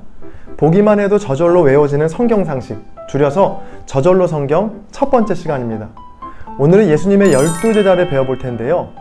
웬만한 아이들 그룹의 멤버들은 아무리 그 숫자가 많아도 잘 외워지는데 예수님의 12제자들의 이름은 좀처럼 잘 외워지지가 않죠. 오늘 이 영상을 끝까지 보시면 예수님의 12제자를 완벽하게 외우게 되실 겁니다. 미리 말씀드리지만 이 영상은 가장 기초적인 성경 상식을 외울 수 있도록 도와드리는 영상이기 때문에 내용이 깊지는 않습니다. 제자들 한 명 한 명에 대한 깊은 내용은 또 다른 영상에서 다루도록 하겠습니다. 예수님의 12제자의 이름이 소개된 곳은 마태복음, 마가복음, 누가복음, 그리고 사도행전입니다. 그런데 각각 미세하게 순서들이 다릅니다. 이름 순서이기 때문에 어떻게 외우시든 상관은 없는데요. 저는 오늘 마태복음에 나와 있는 순서로 진행하겠습니다. 마태복음 10장 2절부터 4절인데요. 일단 편하게 12제자의 이름을 한번 쭉 읽어보겠습니다. 12사도의 이름은 이러하니 베드로라 하는 시몬을 비롯하여 그의 형제 안드레와 세베대의 아들 야고보와 그의 형제 요한, 빌립과 바돌로메, 도마와 세리 마테, 알페오의 아들 야고보와 다데오, 가나나인 시몬 및 가룟 유다 곧 예수를 반자라. 자, 베드로와 안드레, 요한, 그리고 가룟 유다까지는 뭔가 조금 확실히 말할 수 있겠는데 다른 제자들의 이름은 잘 외워지지가 않거든요. 자, 일단 12명을 한꺼번에 외우기보다는 이 제자들을요, 크게 4명씩 3그룹으로 한번 나눠보겠습니다. 1그룹은 베드로와 그의 형제 안드레, 세베대의 아들 야고보와 요한, 또 2그룹은 빌립과 바돌로메, 도마와 세리 마테, 마지막 3그룹은 알페오의 아들 야고보와 다데오, 가나나인 시몬과 가룟 유다. 자, 이렇게 3그룹으로 4명씩 외우게 되면 좀 더 수월하게 암기할 수 있습니다. 먼저 1그룹부터 보겠습니다. 베드로와 안드레, 세베대의 아들 야고보와 요한. 자, 이 1그룹의 특징은 형제들이 모여 있다는 겁니다. 베드로와 안드레가 형제였고요. 세베대의 아들 야고보와 요한이 또 형제입니다. 4명 모두 또 어부이고, 그리고 예수님의 핵심 3인방 제자가 바로 이 1그룹 안에 있습니다. 누구죠? 안드레를 제외한 베드로와 야고보와 요한입니다. 성경에는 같은 이름들이 많이 등장하는데요. 그중 야고보가 많이 헷갈리죠. 지금 1그룹에 있는 세베대의 아들 야고보는 큰 야고보라는 별명을 갖고 있습니다. 왜 이런 별명을 지었냐면 뒤쪽에 살펴볼 3그룹에 있는 알페오의 아들 야고보 때문인데요. 이 3그룹에 있는 야고보는 작은 야고보라는 별명을 갖고 있었거든요. 그래서 그 둘을 구분하기 위해서 큰 야고보라는 별명을 붙였습니다. 그리고 또 한 명의 야고보가 성경에 자주 나오는데요. 바로 사도행전에 자주 등장하는 야고보입니다. 이 야고보는 예수님의 12제자는 아니었지만 예수님의 형제였던 야고보이고요. 야고보서의 저자로도 알려져 있습니다. 자, 그럼 정리해 볼까요? 1그룹에 나오는 세베대의 아들 야고보는 큰 야고보, 또 3그룹에 있는 야고보는 알페오의 아들 작은 야고보, 그리고 마지막으로 야고보서의 저자 예수님의 형제 야고보. 자, 정리되셨죠? 자, 그럼 1그룹에 있는 제자를 다 같이 한번 외워볼까요? 베드로와 그의 형제 안드레, 또 세베대의 아들 야고보와 그의 형제 요한. 잘하셨습니다. 자, 바로 2그룹으로 넘어가겠습니다. 2그룹은 빌립과 바돌로메, 도마와 세리 마테인데요. 이 빌립은 친구 나다나엘을 전도한 이야기로 유명하죠. 성경의 여러 정황들을 고려했을 때 빌립이 전도한 친구 나다나엘이 바로 바돌로메일 것이라는 의견이 지배적입니다. 그러니까 바돌로메라고 쓰고 나다나엘이라고 읽으시면 됩니다. 그리고 이어지는 제자의 이름이 친숙하죠. 의심 많은 도마, 그리고 세리 마테. 이 마테의 이름은 레위라고 불리기도 하는데요. 저는 어떻게 외우냐면 도마, 그리고 마로 끝났으니까 마테. 이렇게 말하는 글자가 중복돼 있어서 도마, 마테로 외우시면 편합니다. 자, 그럼 2그룹 복습해 볼까요?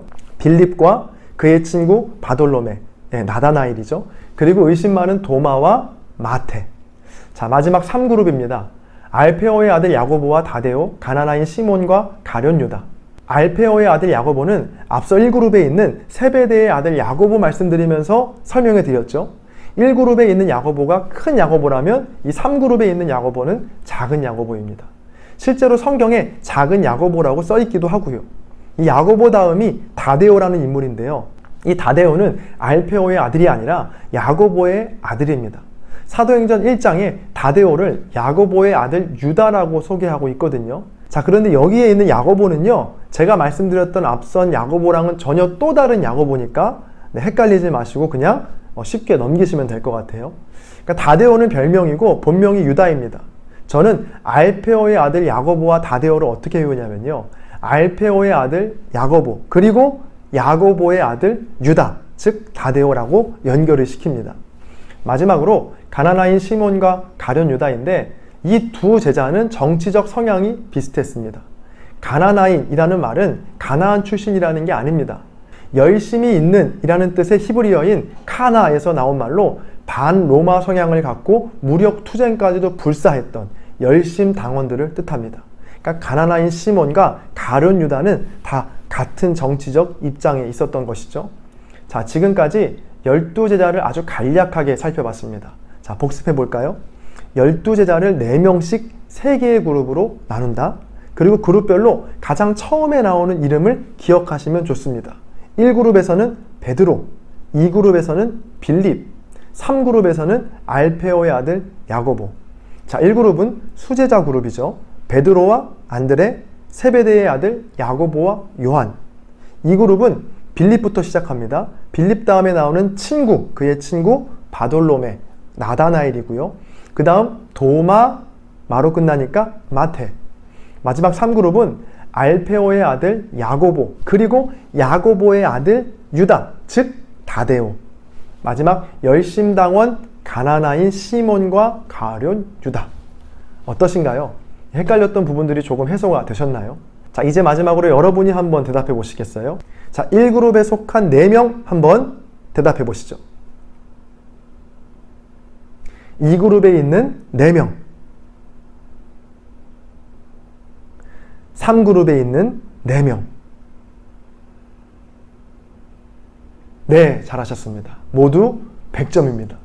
자, 이렇게 예수님의 12제자를 짧은 시간 그리고 간단한 내용으로 정복했습니다. 성경 내용 중에 또 확실히 알고 싶은 내용이 있다면요, 댓글이나 이메일로 보내주세요. 오늘의 영상이 여러분의 신앙생활에 도움이 되었다면 구독과 좋아요 그리고 댓글로 10분 성경을 응원해주세요.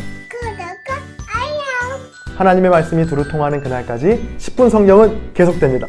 감사합니다. 안녕하세요. 네, 10분 성경의 보통 목사입니다. 오늘은 사도 바울의 1차 선교 여행을 단숨에 정리해 보겠습니다. 그동안 선교 여행이 잘 정리가 되지 않아서 어려움을 겪으신 분들, 이 영상을 끝까지 보세요. 사도행전 13장부터 15장까지에 나오는 제1차 선교 여행입니다. 시리아에 있는 안디옥 교회는 성령의 음성에 순종하여 바울과 바나바를 따로 세워 파송합니다. 그렇게 바울의 선교 여행이 시작되었는데요. 먼저 두 사람은 바나바의 고향인 구브로의 살라미에서 유대인의 여러 회당에서 말씀을 전합니다. 바나바의 생지는 마가 요한도 그때 함께 동행하는데요. 다음으로 바보라는 곳으로 이동해서 총독 서기오 바울과 유대인 거짓 선지자인 마술사 바 예수를 만납니다. 바울이 악행이 가득한 바 예수의 눈을 멀게 하자 총독이 주의 가르침을 놀랍게 여기죠. 이후 바울과 일행은 배를 타고 밤빌리아의 버가로 이동하는데요. 이때 마가 요한은 다시 예루살렘으로 돌아갑니다. 바울과 바나바는 비시디아 안디옥으로 이동해서 유대인의 회당에서 예수 그리스도를 전합니다. 이 바울의 설교를 들은 회당 사람들은 다음 안식일에도 말씀을 전해줄 것을 요청하죠. 다음 안식일이 되자 많은 사람이 모였고 유대인들의 비방이 있었지만 바울과 바나바는 담대하게 말씀을 전합니다. 자, 그러자 주의 말씀이 두루 퍼지게 되죠. 이에 유대인들은 유력자들을 선동해서 바울과 바나바를 쫓아냅니다. 두 사람은 이고니온으로 이동해서 역시 유대인의 회당에서 말씀을 전합니다. 자, 그 이고니온에도 두 사람을 모함하는 유대인들이 있었고 급기야 두 사도를 돌로 치려고 달려들어 루스드라로 피하게 됩니다. 루스드라에서 바울은 나면서부터 걷지 못하는 사람에게 믿음이 있는 것을 보고 그를 걷게 하죠. 이것을 본 사람들은 일제히 두 사도를 제우스와 헤르메스 신으로 여기며 제사하려고 하자 바울과 바나바는 옷을 찢으며 우리도 너희와 같은 사람이라고 하면서 하나님을 전합니다. 그때 비시디아 안디옥과 이고니온에서 온 유대인들이 무리를 충동해서 바울을 돌로 친 후에 죽은 줄 알고 그를 성 밖으로 끌어내죠. 다행히 바울은 죽지 않았고 더베로 이동합니다. 바울과 바나바는 더베에서도 복음을 전한 후에 왔던 길을 되돌아 다시 시리아 안디옥으로 돌아가는 것으로 1차 선교 여행은 끝이 납니다. 이 1차 선교 여행 후에 시리아 안디옥에서는 유대에서 온 사람들에 의해 논쟁이 하나 벌어지게 되는데요. 바로 할례를 받아야만 구원을 받을 수 있다라고 한 겁니다. 이에 안디옥 교회는 바울과 바나바와 몇 사람을 예루살렘 교회로 보내기로 결정하죠. 바울의 선교 열정은 정말 대단했는데요. 예루살렘으로 가는 길에 베니게와 사마리아를 지나면서도 이방인이 구원받게 된 사실을 그들에게도 전합니다. 예루살렘에 도착한 바울과 바나바는 예루살렘 교회의 사도와 장로들에게 이방인에게도 구원을 주시는 하나님의 놀라운 일들을 전했는데요. 그중 바리새인으로 예수님을 믿게 된 몇 사람이 이방인에게도 할례와 함께 모세의 율법을 지키게 해야 한다라고 주장합니다. 격렬한 논의 끝에 베드로는 오직 예수의 은혜로만 구원을 받는다라고 선포하죠. 이런 베드로의 말에 예수님의 동생 야고보도 힘을 실어주는데요. 특별히 야고보는 아모스서 9장 11절과 12절을 인용하면서 이방인 선교는 하나님께서 다윗의 무너진 장막을 일으키신 후에 모든 이방인들로 주를 찾게 하신다는 말씀의 성취라고 말합니다. 그래서 할례나 모세의 율법과 같은 것들로 이방인 그리스도인들을 괴롭게 해서는 안 된다고 말하죠. 다만 반드시 지켜야 하는 4가지 율법, 우상에게 버려진 더러운 것과 음행, 그리고 아직 피가 몸속에 남아있는 목매어 죽인 짐승, 그리고 피를 멀리할 것을 당부하는 편지를 적어 이방 교회에 보내기로 결정합니다. 그렇게 바울과 바나바는 예루살렘 교회의 공식적인 인정을 받아 이방인 선교의 정당성을 확보하게 되는데요. 예루살렘 교회에 바사바라 하는 유다와 실라는 바울과 바나바와 함께 안디옥으로 가서 사람들을 모아 그 편지의 내용을 전했고, 유다와 실라는 임무를 마친 후에 다시 예루살렘으로 돌아갑니다. 모든 것이 순조롭게 진행되는 듯 했지만 예상하지 못했던 문제가 발생하는데요. 이전에 방문했던 곳을 다시 가보자는 바울의 제안에 바나바는 자기의 생질인 마가 요한을 함께 데려가려고 했는데, 바울은 지난 1차 여행에서 밤빌리아에서 예루살렘으로 다시 돌아갔던 요한의 일을 언급하면서 마가 요한의 동행에 거부 의사를 표시합니다. 이 문제로 바울과 바나바는 심하게 다투었고 급기야 갈라서게 되죠. 바나바와 마가 요한은 배를 타고 다시 첫 선교지였던 구브로로 떠나게 되고요. 바울은 실라와 함께 원래 계획과는 달리 수리아와 길리기아로 다니며 복음을 전하게 됩니다. 바울과 바나바가 아닌 바울과 실라가 떠나는 2차 선교 여행. 과연 어떤 일들이 펼쳐질까요? 저는 다음 영상에서 뵙겠습니다. 제2차 선교 여행은 사도행전 15장 40절부터 18장 22절까지의 말씀에 담겨 있습니다. 바나바와 갈라선 뒤 바울은 실라와 함께 수리아와 길리기아의 교회들을 격려한 후에 더베를 거쳐 루스드라에 도착합니다. 바로 루스드라에서 제자 디모데를 만나게 되죠. 유대인 어머니와 헬라인 아버지 사이에서 태어난 디모데는 원활한 선교를 위해 할례를 행합니다. 바울과 실라 그리고 디모데는 여러 성을 다니면서 이방인 선교의 정당성을 인정한 예루살렘 교회의 편지를 전해주며 활발한 선교 사역을 이어가죠. 바울은 계속해서 아시아에서 말씀을 전하기를 원했지만 번번이 성령께서 막으셨습니다. 그러던 어느 날 바울은 드로아에 있을 때 밤에 마게도냐 사람이 건너와서 우리를 도우라는 환상을 보게 됩니다. 바울은 그것이 하나님의 부르심인 줄 믿고 곧장 마게도냐로 떠날 준비를 하죠. 바울은 드로아에서 배를 타고 사모드라게와 네아폴리를 거쳐 빌립보에 도착합니다. 자, 마침 안식일이 되어서 기도할 곳을 찾던 중에 바울은 자색 옷감 장사를 하는 루디아라는 여인을 만나게 되죠. 루디아와 그의 온 집안 사람들은 바울에게 세례를 받게 됩니다. 자, 어느 날 바울과 실라가 기도하러 가다가 귀신에 들려 점을 치던 소녀를 고쳐주는 사건이 벌어지는데요. 자, 더 이상 소녀가 귀신의 힘으로 점을 칠 수 없게 되자 소녀를 이용해 돈을 벌던 주인들이 거짓으로 바울과 실라를 고발하죠. 바울과 실라는 그렇게 매를 맞은 후에 감옥에 갇히게 됩니다. 감옥에 갇힌 바울과 실라는 한밤중에 하나님께 기도하며 찬송을 불렀고, 그러자 큰 지진이 나며 옥문이 열리고 사슬이 풀리는 놀라운 일을 경험하죠. 죄수들이 도망간 줄 알고 자결하려고 하던 간수를 바울이 막아섭니다. 두려움에 떨던 간수는 어떻게 해야 구원을 받을 수 있는지를 물었고, 바울과 실라는 예수 그리스도를 그에게 전하죠. 그날 밤 간수와 그의 온 가족들은 세례를 받게 되고 기쁨의 음식을 나눕니다. 다음 날 아침 간수의 상관은 바울과 실라가 로마 사람이라는 것을 알게 되었고, 겁에 질린 상관들은 어서 도시에서 떠나달라고 바울과 실라에게 부탁합니다. 감옥에서 풀려난 뒤 바울과 실라는 루디아의 집에서 형제들을 위로하고 빌립보로 떠납니다. 그들은 암비볼리와 아볼로니아를 거쳐 데살로니가에 도착하는데요.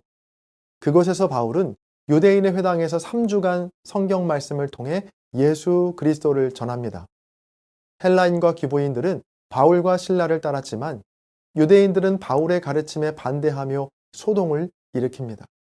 바울과 실라는 형제들의 도움을 받아 밤에 데살로니가를 떠나 베레아로 이동하는데요.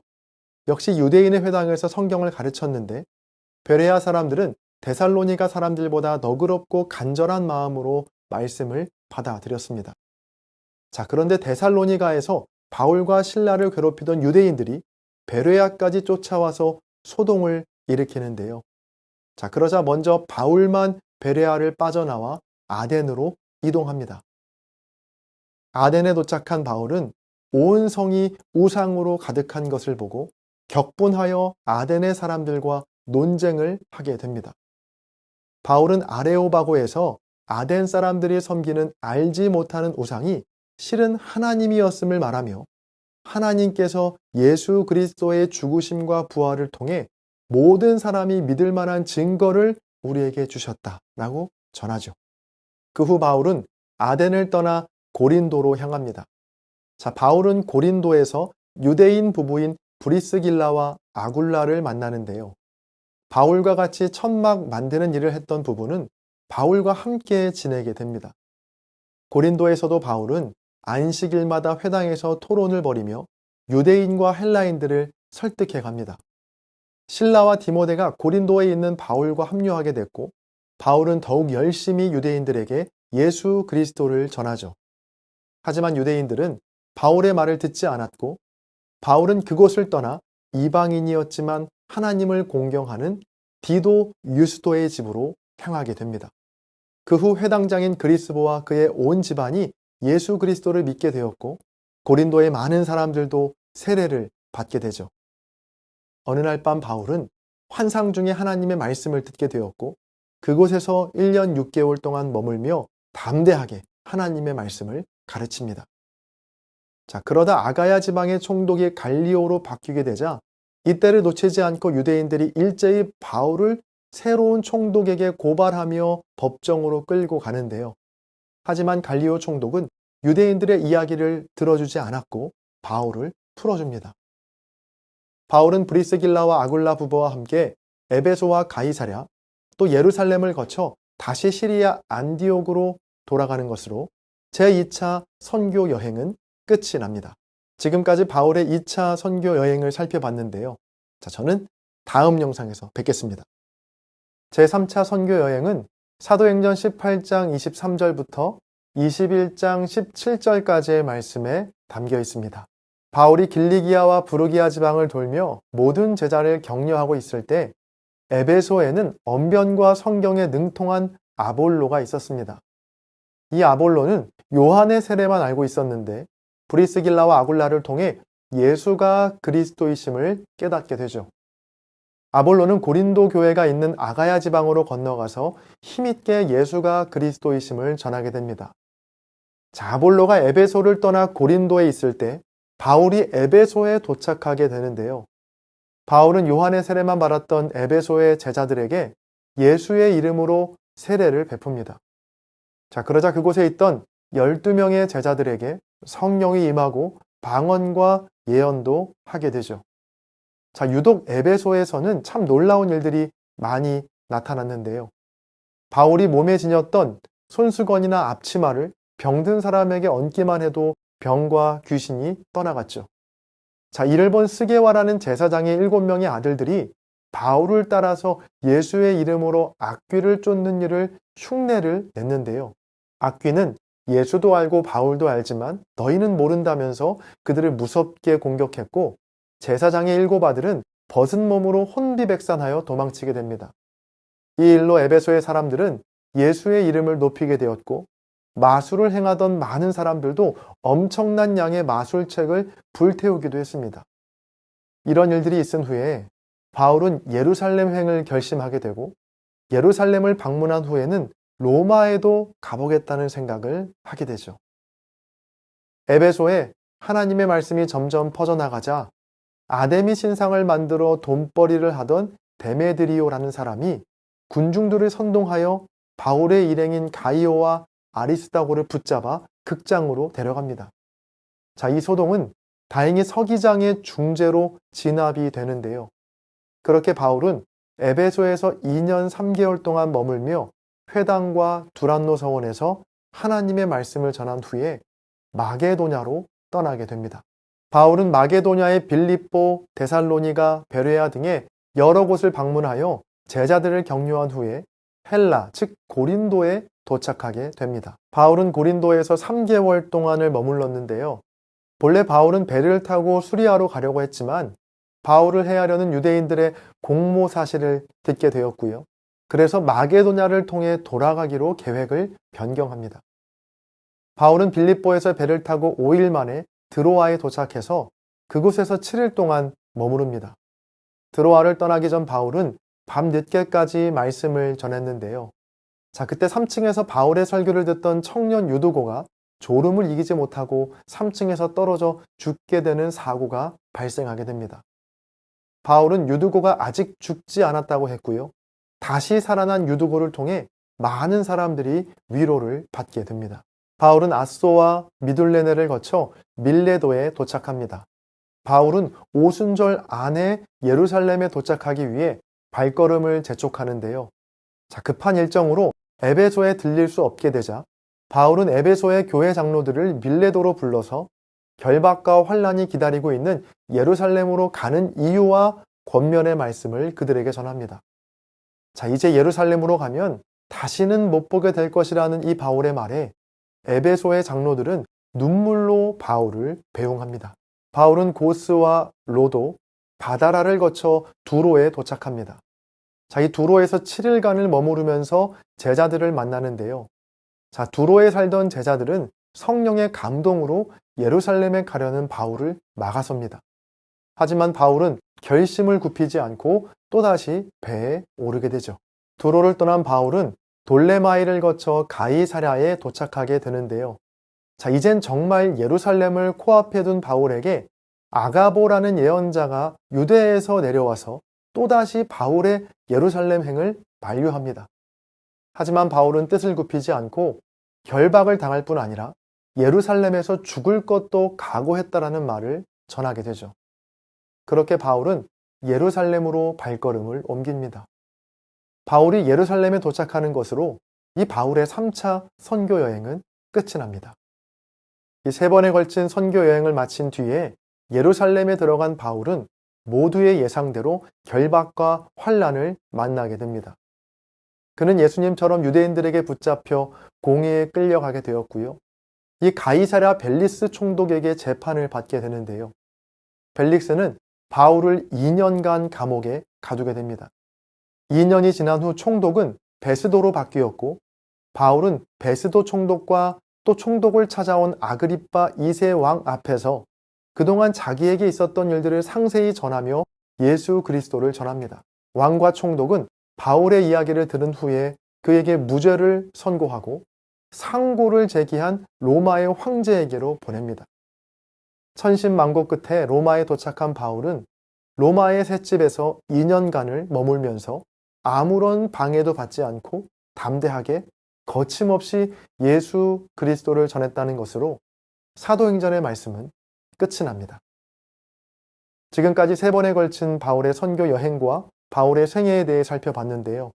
1차부터 3차까지의 영상을 반복해서 들으시면 이 바울의 선교 여행과 사도행전의 전체적인 흐름이 머릿속에 그려지실 겁니다. 자, 그럼 저는 다음 영상에서 뵙겠습니다. 감사합니다.